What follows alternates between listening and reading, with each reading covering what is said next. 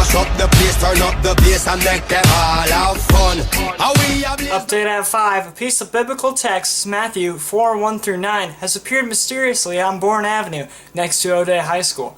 The reason for the mysterious appearance of this biblical passage has other reporters scratching their heads, but only on Bernie's at 5 we have an exclusive inside look right from the scene of the mysterious passage. Jim, are you with us? Hi, Bernie. Sorry to jolt your morning, but I got 2 words for you. Literary analysis. This is a methodology that directs readers to analyze a text by examining its genre, words, characters, and symbolism in a given text. Well, what are we analyzing, Jim? Well, earlier today, right here at O'Day High School on Bourne Avenue, we found a piece of biblical text. Now we're able to find out a lot about it with literary analysis. How can we do that? I mean, how can uneducated saps like me be expected to analyze anything? Actually, Bernie, I'm what you might call a sap of myself.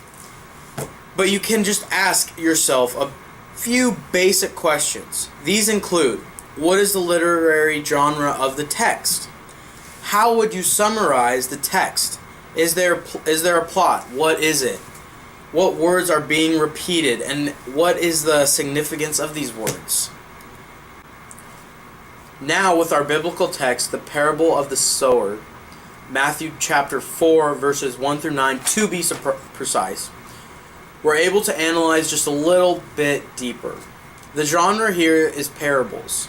Specifically in the gospel, it's Jesus' short stories to crowds, which I'm skipping ahead here.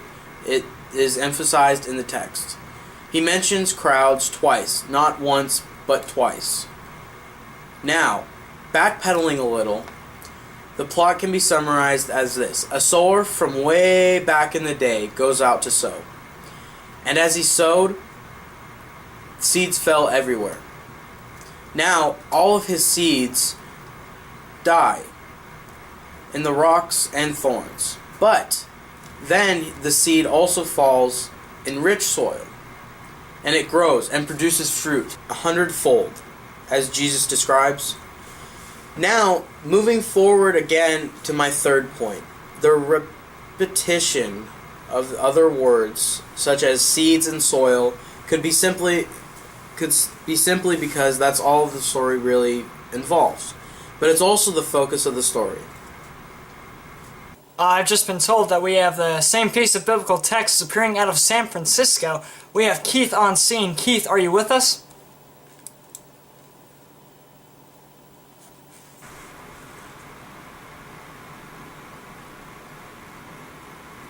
Hi! As you said before, we found the same document. And I've got some more words for you. Are you ready for this? Ready as I'll ever be.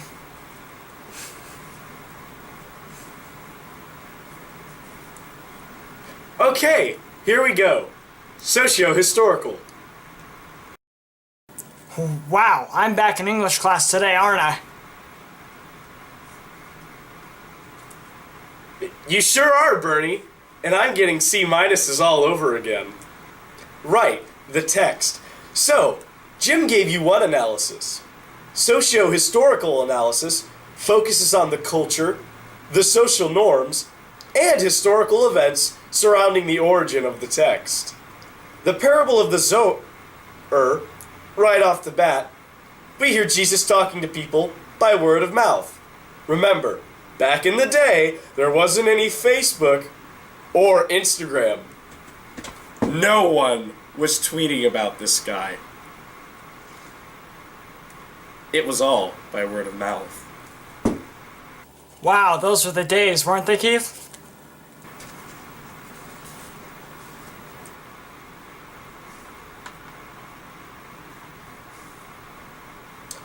They sure were, Bernie. So, moving on, we have a story about a sower, which was basically a Bible version of our modern day farmer.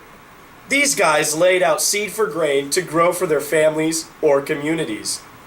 Now, the social norm here Everyone who's being told this story knows what a sower is. It's no surprise to the crowd. They all understand what is going on here because that's how it was back in the day. Well, thank you for that insight, Keith. You're welcome! You're welcome. Wow, so we've got socio-historical, literary analysis, and we've got another exclusive inside look from another form of analysis coming straight out of Vancouver, BC. Tim, are you with us? Oh, sorry, yeah, I'm here. Pleasure to have you with us, Tim. Likewise, Bernie, likewise. So I've had my fair share of big words today, Tim. I'm a I do, It's sorry I didn't spook you too much there. I got really excited. It's, ideological. Okay, ideological analysis. That's not so bad. I'm glad you think so. So what's this ideological analysis then? Oh, you see, it's, ideological analysis focuses on the text, and that examines worldviews, perspectives, and social attitudes, eh? So what kind of questions should we be asking ourselves, Tim? Well, Bernie, we gotta ask ourselves, what sort of people might be viewed as superior? Do any particular characters demonstrate faith? Is there any way we can use this text to liberate dominated or the oppressed? So right off the bat, we can see that the sowers are being valued as the most important figures in society, eh? And the particular characters that are demonstrate faith are the seeds that are in good soil, and we can interpret them as the people being born in different situations. We can use this text to examine those people who maybe were the seeds that were being helped out in the rocks or the thorn, because they're all seeds and we can be saved. Well, that was very philosophical, Tim. Oh, no problem whatsoever, eh? Well, now we've had a piece of biblical text analyzed in 3 different ways. Up next, we have an inside look into a standoff that shook West Seattle over what Eyewitness reports claim to be over a mysterious bag that left the scene with the suspected perpetrator. And later, is amnesia a serious problem? A local hiker claims it is. More on this after the break.